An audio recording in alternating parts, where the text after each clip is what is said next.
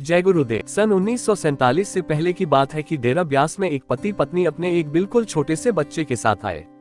उन्होंने बड़े प्रेम प्यार से बाबा साबन सिंह जी महाराज का सत्संग सुना और बाद में उन्होंने नामदान लेकर ही वापस जाने का विचार बना लिया। जब वो दोनों नामदान के लिए पेश हुए तो नामदान की बख्शिश हो गई। पत्नी का ध्यान अपने बच्चे की ओर आया और अपने दीनदयाल सतगुरु जी से बेनती की कि सच्चे पातशाह आप हमारे इस बच्चे को भी नामदान दे दो। सच्चे पातशाह ने कहा कि काको अभी यह बहुत छोटा है, जब ये बड़ा हो जाएगा तो मैं इसे भी नामदान दे दूंगा। वह वापस अपने घर चले गए। वो जिस स्थान से आए थे वह स्थान आजकल पाकिस्तान में है। कुछ ही दिनों में हिंदुस्तान और पाकिस्तान के बंटवारे की बातें होने लगी। आखिरकार वो समय आ ही गया जिसका डर था। पति शाम को जब दफ्तर से घर आया तो उसने अपनी पत्नी को बताया कि सरकार ने अपना फैसला सुना दिया है कि देश का बंटवारा हो गया है। जो हिंदू है वो यहाँ से हिंदुस्तान चले जाए और जो मुसलमान है वह वहाँ से पाकिस्तान चले जाए। कल सुबह लाहौर से एक ट्रेन हिंदुस्तान के लिए रवाना होगी और हमें उसमें जाना पड़ेगा। इसलिए आप बहुत ही कम और बहुत ही जरूरी सामान एक ट्रंक में रख लो। सुबह 4 बजे ट्रेन चलेगी, इसलिए आप जल्दी उठकर 2-3 समय का खाना बना लेना और इसी ट्रंक में रख लेना, क्योंकि हालात खराब है। ट्रेन कहाँ रुकेगी और कब तक रुकी रहेगी, कब हिंदुस्तान पहुँच गए, कुछ भी मालूम नहीं है। पत्नी ने जरूरी सामान, खाना और पैसे एक ट्रंक में रख दिए। पति ने ट्रंक अपने कंधे पर और पत्नी ने बच्चे को अपनी गोद में उठाया। उस समय उनके दिल पर क्या गुजरी होगी जब उनको अपनी मेहनत से बनाया हुआ घर छोड़कर जाना पड़ गया, वो भी वहां के लिए जहां अपना न कोई घर न अपना कोई साक संबंधी। घर से बाहर गली में आए, एक गली से निकलते तो दूसरी गली में जाते। रास्ते में लुटेरों ने चारों ओर से पहरा लगा रखा था कि जिस भी आदमी के पास से जो कुछ भी मिले उससे ले लो और उसे जान से मार दो। दूर बैठे हुए लुटेरों ने उन्हें आते हुए देखकर शोर मचा दिया कि देखो वो लोग उधर से जा रहे हैं, इनका सामान लूट लो और इन्हें जान से मारो। बेचारे जान बचाने के लिए कभी इस गली में तो कभी उस गली भाग रहे थे। हर तरफ से यही आवाजें आ रही थी। दोनों तेजी से भाग रहे थे कि पति अचानक ठोकर खाकर गिर गया और कंधे पर रखा हुआ ट्रंक भी गिर गया। पति ट्रंक को उठाने की कोशिश कर रहा था कि फिर पीछे से वही आवाजें सुनाई देने लगी। पत्नी ने कहा कि बाबूजी मरने दो ट्रंक को, भागो अपनी जान बचाओ। ट्रंक वहीं छूट गया। आगे जाकर पत्नी को भी जोर से ठोकर लगी और उसकी गोद से बच्चा भी नीचे गिर गया। लुटेरों ने कभी आगे से तो कभी पीछे से इनका पीछा नहीं छोड़ा। पत्नी ने जैसे ही अपने बच्चे को उठाने की कोशिश की तो पीछे से फिर आवाजें सुनाई देने लगी। पति ने कहा जल्दी भागो अपनी जान बचाओ। बच्चा वहीं का वहीं पड़ा हुआ रह गया, बच्चा उठाने का भी मौका न मिला। पति पत्नी दोनों भाग रहे थे कि उन्हें रेलवे लाइन के साथ एक स्थान पर जंगला टूटा हुआ दिखाई दिया और दोनों पति पत्नी उसमें से निकलकर पटरी के साथ साथ भागते गए। लुटेरों को पता न लगा कि वो कौन से रास्ते से निकल गए हैं। लुटेरों ने एक स्थान पर अपना डेरा लगा लिया कि और तो अब उनके निकलने का कोई रास्ता है नहीं, वो आएंगे तो इसी रास्ते जाएंगे तो कहाँ जाएंगे। उधर दोनों पति पत्नी रेलवे लाइन से होते हुए रेलवे स्टेशन पर पहुंच चुके थे। रेलवे स्टेशन पर पुलिस थी, इसलिए वहां पर कोई डर न था। रेलगाड़ी जाने के लिए तैयार थी, दोनों उसमें बैठ गए। रेलगाड़ी में बैठे सभी लोग आपस में हिंदुस्तान जाने की बातें कर रहे थे और अपनी खुशी प्रकट कर रहे थे।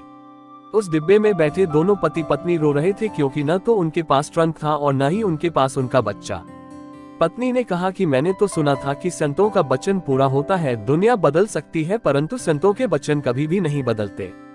संतों के वचन अटल होते हैं। और जब मैंने इस बच्चे को नामदान देने की बात कही थी तो उन्होंने कहा था कि जब ये बड़ा हो जाएगा तो मैं इसे भी नामदान दे दूंगा।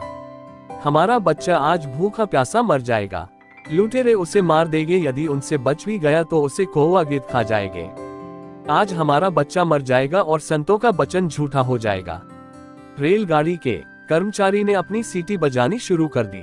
इतने में एक आदमी कुली के रूप में, जिसके एक कंधे पर ट्रंक और दूसरे कंधे पर बच्चा उठाए हुए जोर जोर से ऊंची आवाजें लगाता हुआ हर डिब्बे के पास जाकर कह रहा है कि भाई जिसका ये ट्रंक हो ले लो, जिसका ये बच्चा हो ले लो। उसकी आवाज सुनकर जब खिड़की से बाहर देखा तो वो उनका ही ट्रंक और उनका ही बच्चा था। एकदम आवाज लगाए, ओ भाई इधर आओ, ये हमारा ही ट्रंक और यह बच्चा भी हमारा है। बच्चे को लेकर चूमा और उसे अपनी छाती से लगाया। पति से कहा कि ट्रंक खोलो और इस बेचारे को 200 रुपए दो, इसने हमारा ट्रंक और बच्चा हमारे पास पहुंचाया। पति ने 200 रुपए निकाले और देने लगा, उसने लेने से इनकार कर दिया। पत्नी ने सोचा कि शायद पैसे कम है तब नहीं ले रहा। पत्नी ने कहा कि इसे 500 रुपए दे दो। पति 500 रुपए देने लगा तो उसने फिर लेने से इनकार कर दिया। पत्नी ने कहा कि आप इसको ट्रंक में रखे हुए सारे रुपए दे दो, हम भीख मांग कर भी अपना गुजारा कर लेंगे। पति ने सारे रुपए निकाले और उसे देने लगा तो भी उस आदमी ने रुपए लेने से इनकार कर दिया और कहने लगा कि बाबूजी, जिस ट्रंक में से आप बार बार पैसे निकाल कर मुझे दे रहे हैं, यदि मैंने पैसे ही लेने होते तो ये ट्रंक तो पहले ही मेरे पास था। मैं पैसे लेने के लिए आपका ट्रंक और आपका बच्चा लेकर नहीं आया हूँ। बातचीत के दौरान एकदम पति पत्नी का ध्यान उस आदमी के कुर्ते पर गया तो क्या देखा कि उसके कुर्ते का एक कंधा फटा हुआ है और उसमें से खून निकल रहा है और दूसरा कंधा बच्चे के मलमूत्र से लथपथ हो चुका था।